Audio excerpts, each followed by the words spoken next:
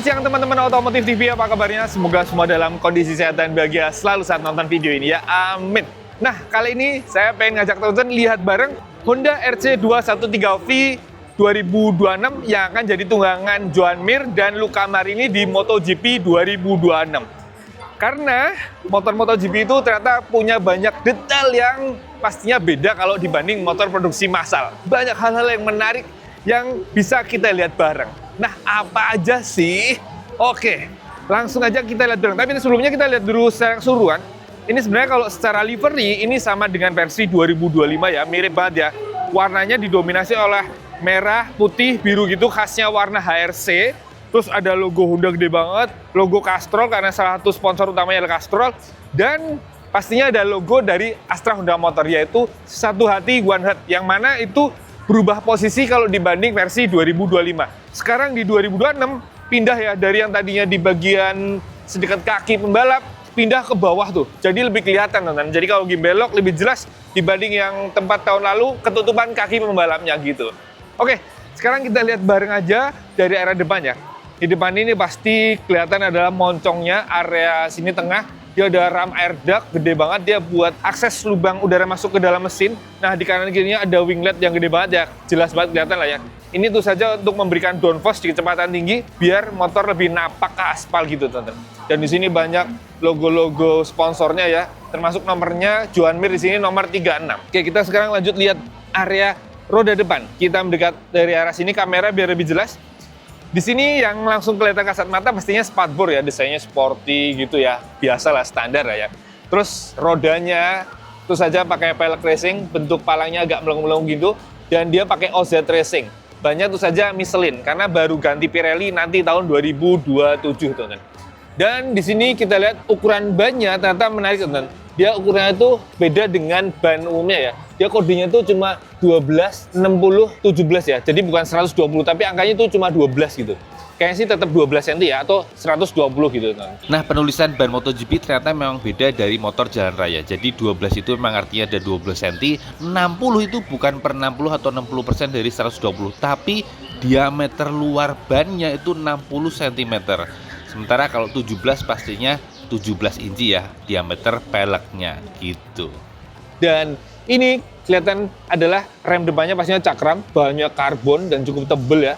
Terus pastinya pakainya dari Brembo, kalipernya juga Brembo, kelihatan yang emang yang seri mahal banget nih, puluhan juta ini satu bijinya pastinya.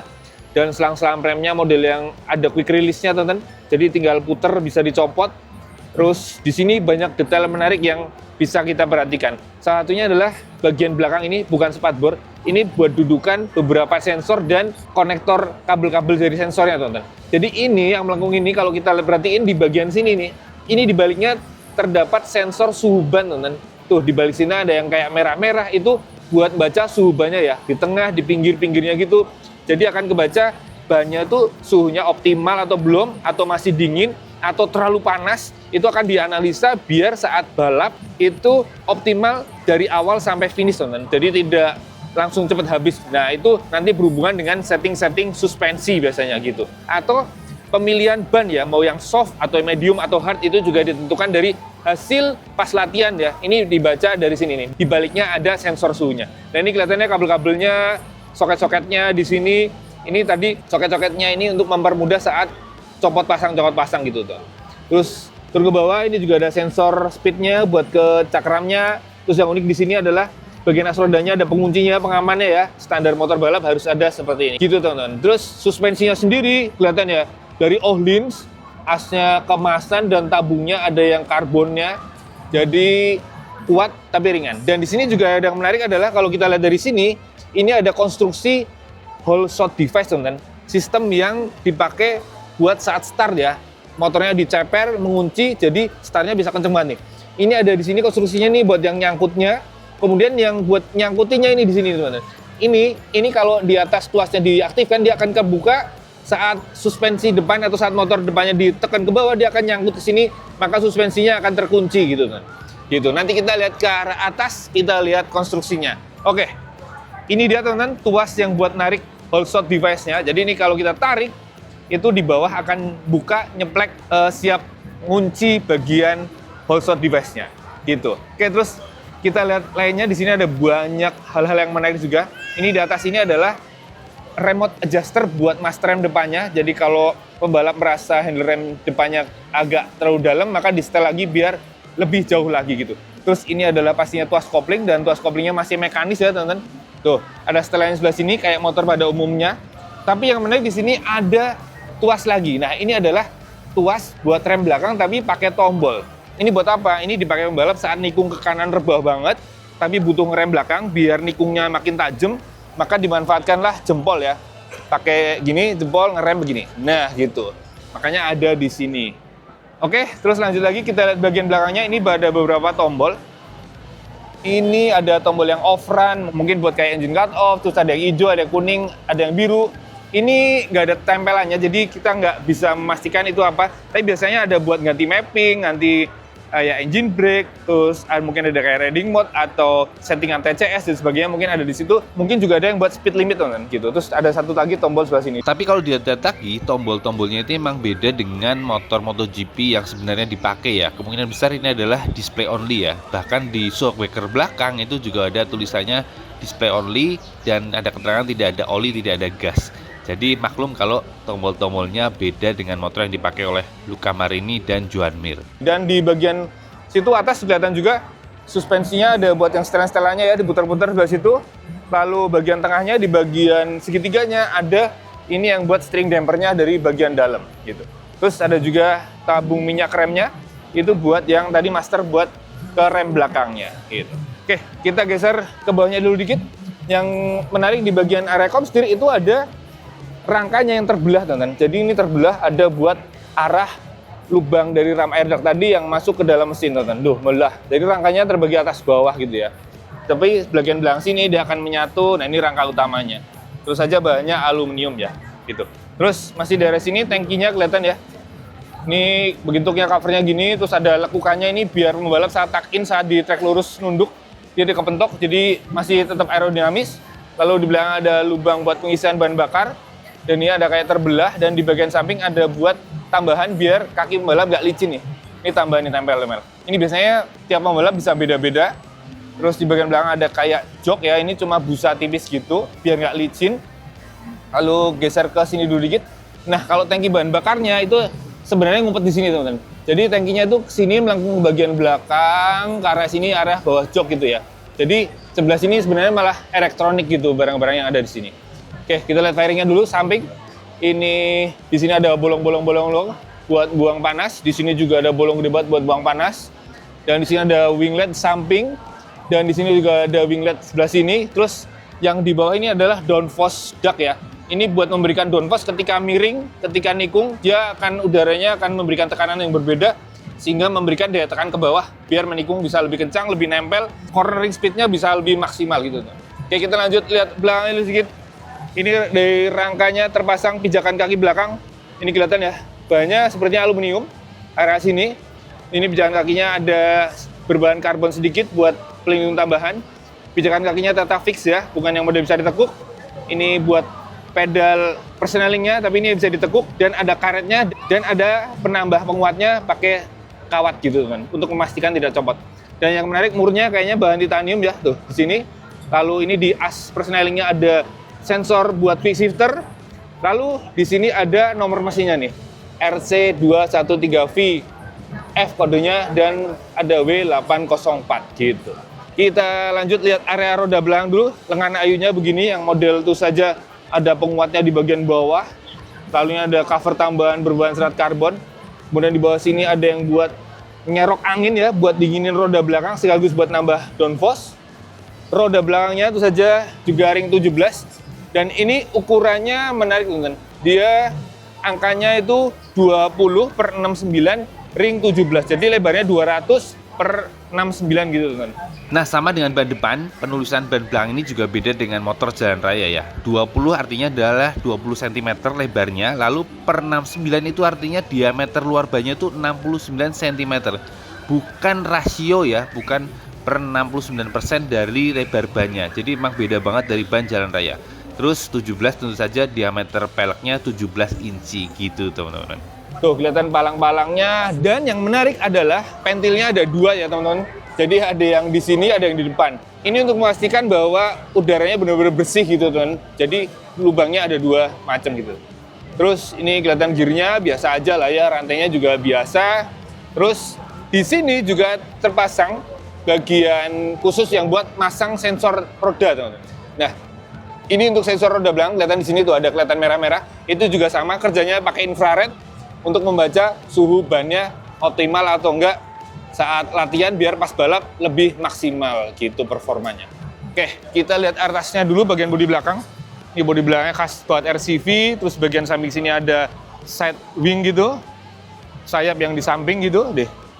Ini banyak, kalau ini kayak plastik ya. Terus di bagian belakang ada sayap yang Stegosaurus, ala-ala kayak dinosaurus. Lalu di bawah sini ini buat nempel kamera biasanya. Lalu ini bahannya kelihatan dari serat karbon ya, kelihatan ya. Wow banget kita lihatnya. Terus kalau sebelah kanan, di belakang sini ada knalpot yang dari silinder bagian belakang, teman-teman. Oke, kita lanjut lagi ke bawah, lihat remnya. Terus ini rem belakangnya, kalipernya mungil banget, kecil banget ya teman-teman. Tapi tetap juga dari Brembo. Cakramnya juga kelihatan mungil. Speed sensornya ada di balik sini, ketutupan cover yang karbonnya. Terus lengan ayunya kelihatan nih, kalau dari sini kelihatan keker gitu ya. Penguatnya ke bawah tuh gede banget untuk yang versi ini ya, karena di beberapa kali tes lengan ayun tuh bisa beda-beda, bahkan ada yang full karbon juga pernah dites. Lalu lihat ini knalpotnya, menarik juga teman-teman, karena di sini tabungnya ada yang besar gitu ya. Sebelum ketemu di bagian tengah sini dan ada silencer mungil, ada logonya Akrapovic. Nah, sponsor knalpotnya memang dari Akrapovic. Kita lihat lanjut lagi, lihat area pijakan kaki belakang sisi kanan. Ini kayak gini, master remnya kelihatan sini, mungkin agak biasa aja, tapi yang luar biasa yang beda adalah di sini nih. Ini di sini ada pertemuan antara tadi yang dari master rem yang di stang kiri yang pakai jempol menyatu dengan yang dari kaki di sini. Jadi ketika di sana tadi ditekan, dia akan menekan ke sini dan mendorong ke belakang sehingga kaliper rem belakang bisa bekerja gitu. Terus di bawahnya ada knalpot yang dari silinder depan. Bentuknya akhir ini keren banget ya. Endingnya tuh terpotong secara tajam gitu. Jadi ingetin kita pada bambu runcing. Sementara kalau suspensi di belakangnya tadi kita belum bahas ya.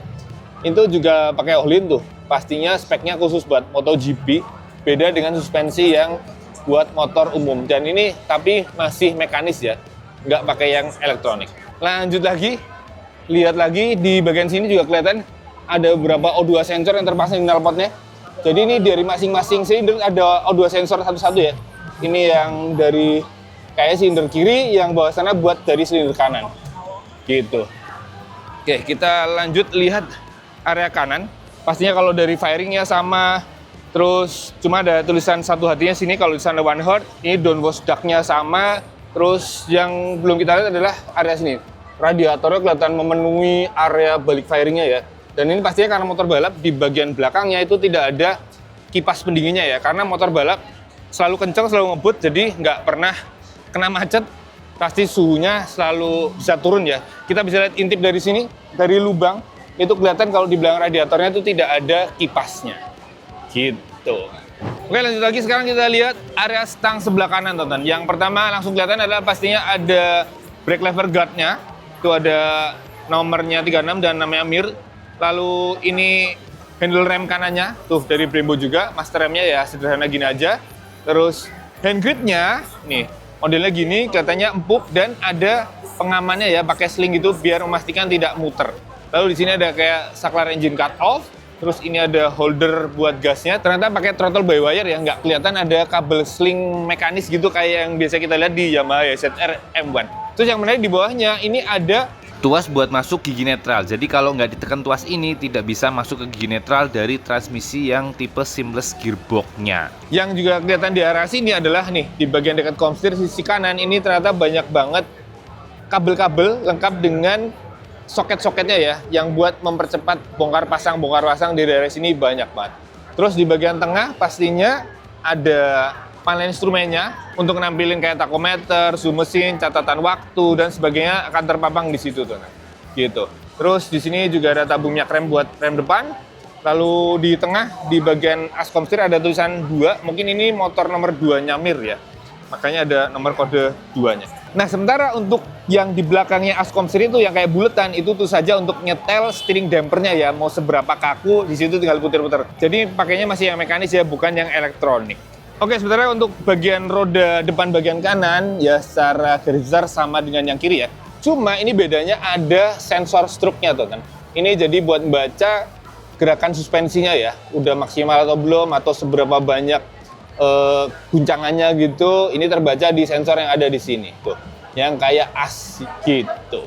Oke, itu dia teman-teman, kita lihat bareng Honda RC213V 2026 tunggangannya Joan Mir yang tahun ini ya, dari tahun kemarin sih sebenarnya dikembangkan oleh Alex Espargaro ya. Dan kalau dari komennya dia waktu tes Sepang kemarin, kata ini motor MotoGP terbaik yang pernah dia naikin. Dan dari hasil tes pramusim kemarin di Sepang, memang hasil dari catatan waktunya Joan Mir maupun Luca Marini memang meningkat lumayan ya dibanding tahun sebelumnya. Jadi harusnya sih tahun ini bisa rutin masuk 10 besar atau mungkin 5 besar gitu ya. Jadi nggak tersyok-syok di belakang lagi.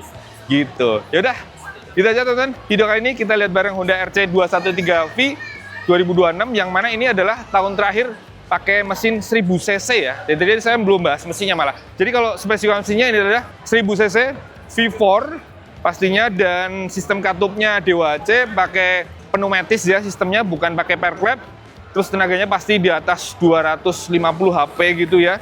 Terus tersalur ke roda belakang, pakai transmisinya pasti pakai yang tipe seamless 6 percepatan ke roda belakang gitu.